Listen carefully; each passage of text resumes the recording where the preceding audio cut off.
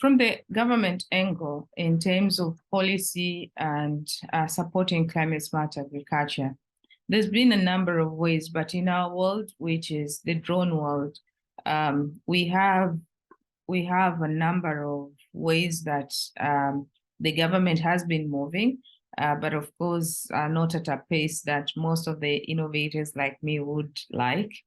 But it's actually moving. So, for example, before this year, we have had regulations for the drones that every drone operator has to follow.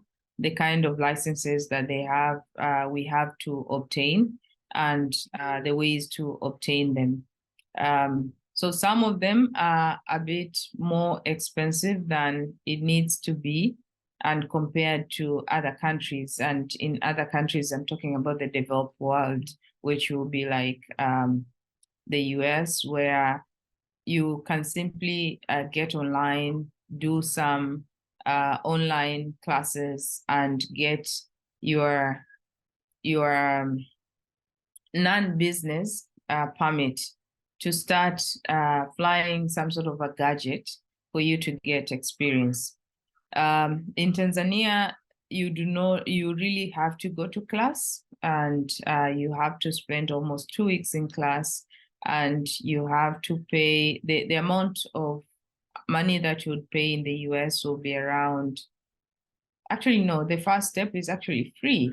The one that you do on online classes, you get your permit to do experimental flying for free.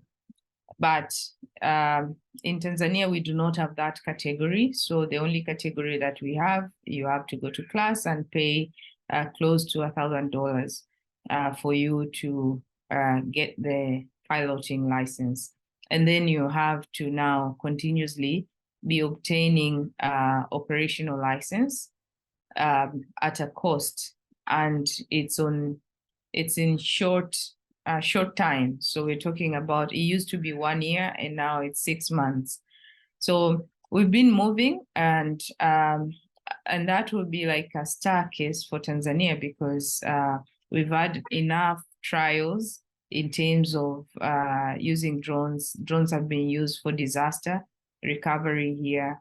So when it comes to agriculture, the regulator is no stranger to that, and they operationalize that in the same way. So like I said, so this is positive, but then we still have a long way to go, because the drone sector changes every now and then. So you get a drone today, 3 years time, it's out of the manufacturer support. You need to get another gadget, a more improved gadget. Just like the way the mobile phones keeps changing on a year or 2 year basis.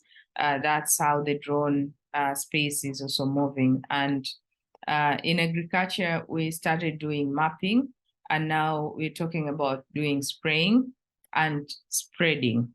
So spraying will be for the liquid fertilizers, and spreading will be for the solids.